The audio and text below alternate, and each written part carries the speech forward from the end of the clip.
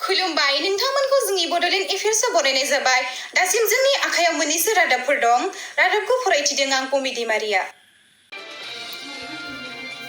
उदालगुरि जिल्लानि सिङाव थानाय खाग्रानि खाथियाव मासे हाथिनि जाब्रबथायजों थैनायखौ जों मोनथिनो मोन्दों।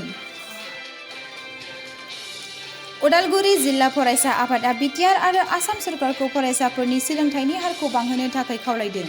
मिशनारि क्वालिटि इडुकेसन आदब आरो गुन गोनां सोलोंथाइ। बिब्दिनो जाय जिल्ला आरो दखल फरायसा आफादफोरा स्कुल आरो सोलोंथाइ फसंथानफोरखौ मिरु फरायसा आफादनि बिथोन बादि मावफुंनायनि थाखाय साबायखर बावो। बिथांमोना मोनथिहोदों जे बिथांमोना फोरोंगिरिजों लोगोसे बिमा बिफा आरो फरायसाफोरखौ लोगो हमदों आरो फरायसा आफादआ सरकारनिसिम खावलायदों दि गभार्नमेन्ट स्कुलनि गथ'फोरनोल' नङा गासैनोबो प्राइभेट स्कुलनि गथ'फोरनोबो अनलाइन क्लासनि थाखाय मबाइलखौ रानना होनो खावलायदों।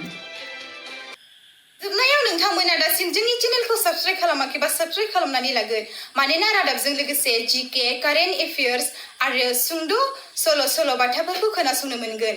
एसेनोसै गोजोन्थों।